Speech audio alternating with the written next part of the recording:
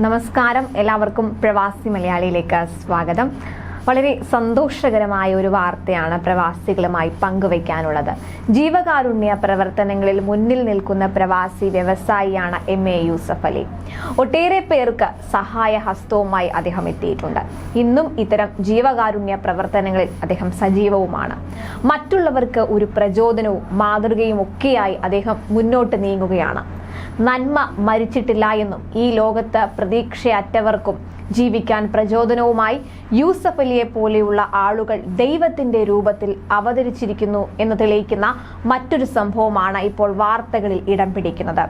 Spinal muscular atrophy അതായത് SMA എന്ന അപൂർവ ജനിതക രോഗം സ്ഥിരീകരിച്ച 1.5 വയസ്സുകാരന് 11 കോടിയിലധികം രൂപയുടെ സഹായം വിദേശത്ത് നിന്ന് കിട്ടിയിരിക്കുകയാണ്. ഈ തുക നൽകിയ വ്യക്തി ആരാണെന്ന് അറിയാൻ എല്ലാവർക്കും ആകാംക്ഷയുണ്ടാകും. എന്നാൽ വിദേശത്ത് നിന്നുള്ള പേര് വെളിപ്പെടുത്താത്ത വ്യക്തിയാണ് ഈ തുക കൊടുത്തിരിക്കുന്നത്. നിർവാൻ സാരംഗ് എന്ന 1.5 വയസ്സുകാരന്റെ ചികിത്സയ്ക്ക് ധനസഹായം സ്വരൂപിക്കാൻ ആരംഭിച്ച അക്കൗണ്ടിലേക്ക് $1.4 മില്യൺ ഏകദേശം 11.6 കോടി ഇന്ത്യൻ രൂപയാണ് സംഭാവന ചെയ്തത്. ഇതോടെ നിർവാണിന്റെ ചികിത്സാ സഹായ നിധിയിൽ 16 കോടിയിലധികം രൂപയായി. ആകെ 17.5 കോടിയോളം രൂപയാണ് ചികിത്സയ്ക്ക് വേണ്ടത്. വിദേശത്ത് നിന്ന് ക്രൗഡ് ഫണ്ടിംഗ് വഴിയാണ് സഹായം എത്തിയത്. തന്നെക്കുറിച്ചുള്ള ഒരു വിവരവും പുറത്തുവിടരുതെന്ന നിർദ്ദേശത്തോടെയാണ് ഇദ്ദേഹം പണം നൽകിയിരിക്കുന്നത്. നിർവാണിന്റെ മാതാപിതാക്കൾക്ക് പോലും ഇദ്ദേഹത്തെക്കുറിച്ച് യാതൊരു വിവരവുമില്ല. പ്രശസ്തിയുടെ ആവശ്യമില്ലെന്നും കുഞ്ഞു നിർവാൻ എങ്ങനെയെങ്കിലും രക്ഷപ്പെടണമെന്ന് മാത്രമാണ് ആഗ്രഹിക്കുന്നത് എന്നും ഇദ്ദേഹം പറഞ്ഞിരിക്കുന്നുവെന്നാണ് ക്രൗഡ് ഫണ്ടിംഗ് പ്ലാറ്റ്ഫോം അറിയിച്ചത്. നിർവാന്റെ ചികിത്സയ്ക്ക് 17.5 കോടിയിലേറെ ചെലവ് വരുന്ന സോൾജൻസ്മ എന്ന ഒറ്റത്തവണ ജീൻ മാറ്റിവെക്കലിന് ഉപയോഗിക്കുന്ന മരുന്നാണ് വേണ്ടത്. അമേരിക്കയിൽ നിന്നാണ് മരുന്ന് എത്തിക്കേണ്ടത്.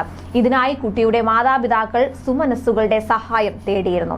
SMA ടൈപ്പ് 2 രോഗബാധിതനായ കുഞ്ഞിന് 7 മാസത്തിനകം കുത്തിവയ്പ് ആവശ്യമാണ്. മുംബൈയിൽ എഞ്ചിനീയർമാരാണ് നിർവാന്റെ പിതാവ് കൂറ്റനാട് മലാലത്ത് വീട്ടിൽ സാരംഗ് മേനോനും മാതാവ് അദിതി നായരും.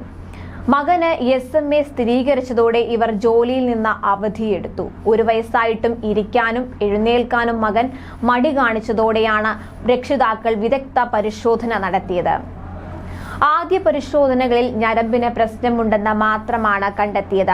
നട്ടെല്ലിന് 19 ഡിഗ്രി വളവും കണ്ടെത്തിയിരുന്നു. കുഞ്ഞിന്റെ വളർച്ചയിൽ പ്രശ്നങ്ങൾ തോന്നിയതോടെ ഡിസംബർ 19 വീണ്ടും പരിശോധന നടത്തുകയായിരുന്നു. ജനുവരി 5 കുഞ്ഞിന് SMA ടൈപ്പ് 2 ആണെന്ന് സ്ഥിരീകരിച്ചു. അമേരിക്കയിൽ നിന്ന് 17.4 കോടി രൂപ വിലയുള്ള മരുന്ന് എത്തിക്കണം. 2 വയസ്സിന് മുൻപ് മരുന്ന് നൽകിയാലേ പ്രയോജനമുള്ളൂ. ഓരോ ദിവസം വൈകുന്തോറും രോഗം കൂടും എന്നതാണ് അവസ്ഥ. കൂടുതൽ പ്രവാസി വാർത്തകൾക്കായി ഈ ചാനൽ സബ്സ്ക്രൈബ് ചെയ്യുക.